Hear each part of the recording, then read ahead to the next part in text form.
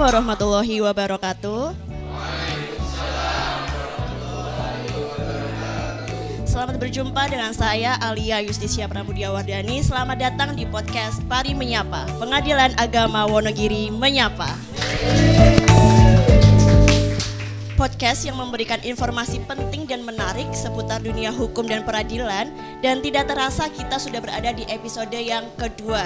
Sobat Pari Menyapa yang berbahagia, baik yang ada di studio maupun yang dimanapun Anda berada. Di episode kali ini narasumber kita adalah Wakil Ketua Pengadilan Agama Wonogiri. Beri tepuk tangan yang meriah, mari kita sambut Bapak Yudi Hardeos SHI MSI. Assalamualaikum Pak Yudi. Waalaikumsalam warahmatullahi wabarakatuh. Bagaimana Pak kabarnya hari ini, sehat? Alhamdulillah sehat. Mbak Alia sehat? Sehat Pak. Alhamdulillah. Baik, Sobat Pari Menyapa, sebagaimana yang kita ketahui, Pengadilan Agama Wonogiri merupakan salah satu lembaga negara yang melakukan kekuasaan kehakiman, yang bertugas memeriksa, mengadili, memutus, dan menyelesaikan perkara. Sobat Pari Menyapa, sebagaimana yang kita ketahui, Pengadilan Agama merupakan lembaga negara yang melakukan kekuasaan kehakiman, yang bertugas memeriksa, mengadili, memutus, dan menyelesaikan perkara, yang menganut asas-asas tertentu, contohnya asas personalitas keislaman, yakni perkara tersebut khusus bagi orang-orang yang beragama Islam maupun non-Islam yang tunduk pada hukum Islam. Baik Pak Yudi, kalau dalam Islam sendiri Pak, ada asas-asas apa saja sih Pak yang bisa untuk menjadi landasan dalam menyelenggarakan tugas peradilan? Ya. Terima kasih Mbak Alia. Kalau kita berbicara tentang asas-asas peradilan, itu sebenarnya banyak sekali ya.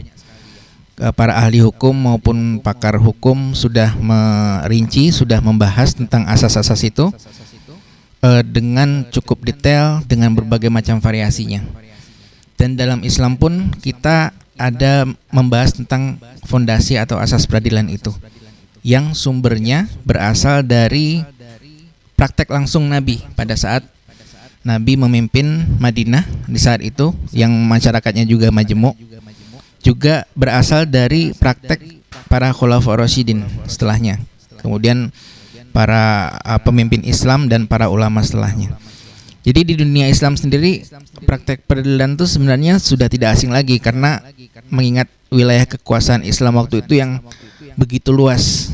Ya, jadi banyak para penguasa Islam, para ulama yang mencurahkan pemikirannya tentang bagaimana menegakkan fondasi-fondasi peradilan Islam itu sendiri. Nah, kalau kita berbicara asas seperti selain yang Mbak Alia sampaikan di depan tadi, itu asas personalitas keislaman ya. Ada asas-asas lain dalam Islam. Yang pertama misalnya asas perdamaian atau wajibnya diupayakan perdamaian. Karena perdamaian ini adalah sebenarnya asas yang universal ya, di setiap kurun waktu di agama manapun menjunjung tinggi yang namanya perdamaian.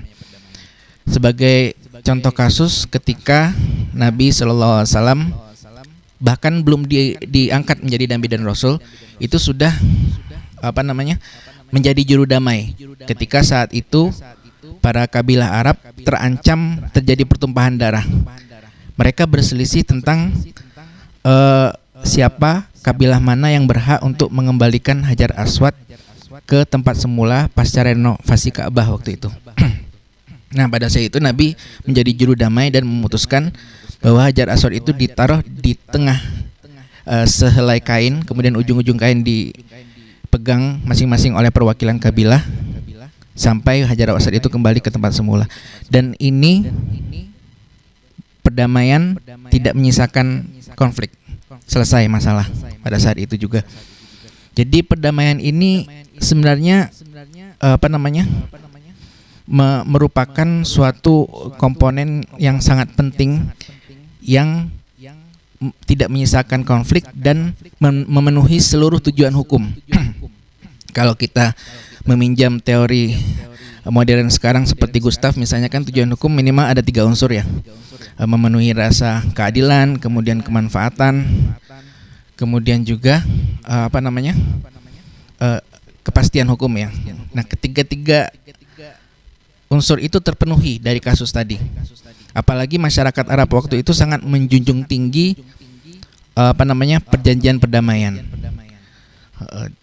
Dari kasus tadi itu sebenarnya memberi inspirasi banyak kepada para ahli hukum sesudahnya, para juru damai, para ahli mediator untuk mengambil pelajaran dari peristiwa tadi. Bahkan salah satu cendekiawan Muslim, Tariq Ramadan, mengatakan bahwa keputusan Nabi itu sudah melebihi ekspektasi tujuan hukum masyarakat era sekarang. Karena itu sudah menjadi sebuah momen penting dalam penegakan hukum itu sendiri. Gitu Mbak Alia. Baik, berarti bisa dibilang asas perdamaian itu asas yang paling pokok ya Pak dalam peradilan. Ya, betul sekali. Oleh karenanya di lingkungan kita, Peraturan Mahkamah Agung Nomor 1 Tahun 2016 menyatakan bahwa setiap sengketa yang masuk ke pengadilan itu wajib terlebih dahulu melalui proses mediasi, upaya damai melalui mediasi. Jadi sebelum ada persidangan itu sendiri, sengketa harus didamaikan dan dimediasikan terlebih dahulu ya Pak ya? Ya betul, sebelum masuk pokok perkara. Baik, kemudian Pak, yang sering kita dengar nih Pak, peradilan itu kan harus independen, tidak boleh ada intervensi. Nah, makna hal tersebut itu seperti apa ya Pak ya? Oh iya, terkait hal itu ada asas tersendiri dalam peradilan, itu yang namanya asas independensi atau kebebasan. Artinya bahwa pihak-pihak lain tidak boleh mencampuri penanganan perkara yang sedang ditangani oleh majelis hakim. Jadi majelis hakim memiliki kebebasan, independensi dalam memutus perkara. Namun demikian, asas kebebasan ini bukan berarti bebas sebebas-bebasnya, karena kebebasan itu juga harus dipertanggungjawabkan. Oleh karenanya asas independensi ini harus seiring sejalan dengan asas akuntabilitas. Jadi antara asas independensi dan akuntabilitas ini seperti mata uang yang tidak bisa dipisahkan. Karena kebebasan itu harus dipertanggungjawabkan. Nah, bagaimana cara mempertanggungjawabkannya? Pada saat Nabi SAW mengutus Muaz bin Jabal ke Yaman, Nabi berpesan bahwa ketika mengadili itu harus bersumber merujuk kepada Al-Quran, Kitabullah, Sunnah Nabinya, dan kemudian ijtihad dengan pendapat atau dengan akal, dengan ra'i. Artinya bahwa ijtihad itu harus dalam kondisi bersungguh-sungguh menemukan, menggali hukum dan menerapkannya dalam kasus-kasus yang ia tangani. Dalam hal ijtihad ini Nabi pernah bersabda, apabila seorang hakim berijtihad dan ijtihadnya benar, maka ia mendapat 2 pahala. Sedangkan apabila ijtihadnya keliru, dia mendapat 1 pahala. Tapi ini dengan syaratnya dia mengetahui kebenaran dan menghukum dengan kebenaran itu. Tapi kalau dia mengetahui kebenaran tapi tidak berhukum dengan kebenaran yang ketahui itu, justru ia akan masuk pada ancaman Nabi bahwa hakim itu ada 3 golongan dan hanya 1 golongan yang masuk surga, sedangkan 2 golongan lain masuk neraka. Nah, yang masuk surga ini adalah hakim yang mengetahui kebenaran dan berhukum dengan kebenaran itu. Sedangkan 2 hakim lain yang masuk neraka itu hakim yang mengetahui kebenaran tapi tidak berhukum dengan kebenaran itu, atau hakim yang memutus perkara dengan kejahilannya. Kejahilannya itu tidak memutus dengan apa yang sudah Allah turunkan berupa Kitabullah dan Sunnah Rasulnya, dan dan memutus tanpa proses ijtihad yang benar. Nah, itu yang penting. Tapi sebenarnya hadis ini bukan hanya berlaku untuk satu profesi ini saja, karena profesi-profesi lain pun apabila tidak dilaksanakan dengan amanah, tidak profesional, pelayanan yang tidak baik, malah praktek dan sebagainya, tentu akan ada konsekuensinya juga. Bukan sifat-sifat tercela yang juga harus kita jauhi dalam Islam. Begitu, Mbak.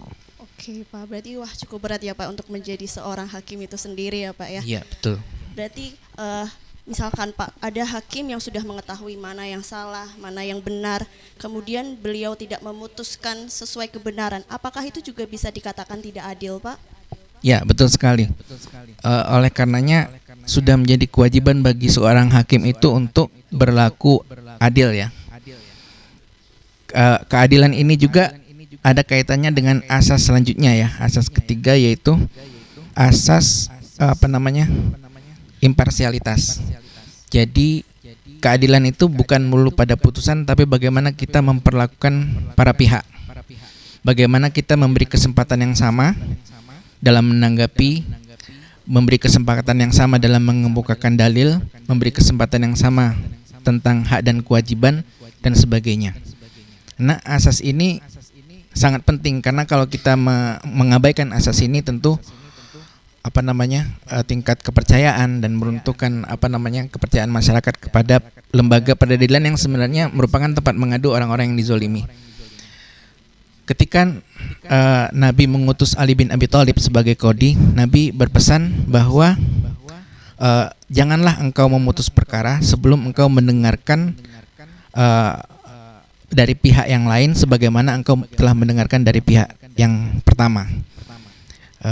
Jadi prinsip ini juga sudah diakomodir dalam ilmu hukum modern. Kita mengenal asas audi et alteram partem ya, memperlakukan pihak secara sama di depan hukum. Dan asas ini tidak hanya dalam hal memperlakukan, tapi juga bagaimana kita memutus perkara tidak berat sebelah. Contoh kasusnya dulu pada masa Nabi ada seorang perempuan namanya Fatimah Al-Makhzumiyah, itu anak dari pembesar atau pejabat Bani Makhzum, ketahuan mencuri. Kemudian para pembesar Bani Makhzum menyampaikan kepada salah seorang sahabat, Usama bin Zaid, untuk melobi kira-kira bisa tidak dikurangi hukumannya, meminta keringanan hukuman mengingat si Fatimah ini adalah anak pembesar. Tapi apa kata Nabi? Nabi berkata, inilah yang menjadikan kebinasaan dari umat-umat terdahulu. Umat-umat terdahulu itu kebiasaannya kalau ada di kalangan mereka orang miskin yang mencuri, mereka perkarakan, mereka hukum. Tapi kalau ada orang yang terhormat mencuri, mereka biarkan saja. Maka kata Nabi, andai Fatimah binti Muhammad yang mencuri, maka saya sendiri yang akan memotong tangannya, itu kata Nabi. Jadi itu berarti bahwa persamaan di depan hukum itu sesuatu yang absolut ya. Artinya tidak ada seorang pun di muka bumi ini yang memiliki kekebalan atau imunitas hukum gitu. Jadi itu tadi beberapa asas yang kalau kita melihat ilmu hukum sekarang banyak juga asas-asas lain yang mengiringinya, dan kebanyakan itu merupakan turunan dari asas-asas yang tadi. Seperti misalnya kita kenal ada asas cepat, sederhana, biaya ringan, kemudian asas terbuka untuk umum di persidangan, itu merupakan turunan dari asas akuntabilitas tadi ya, yang dapat dipertanggungjawabkan dan seterusnya. Demikian Mbak Lia.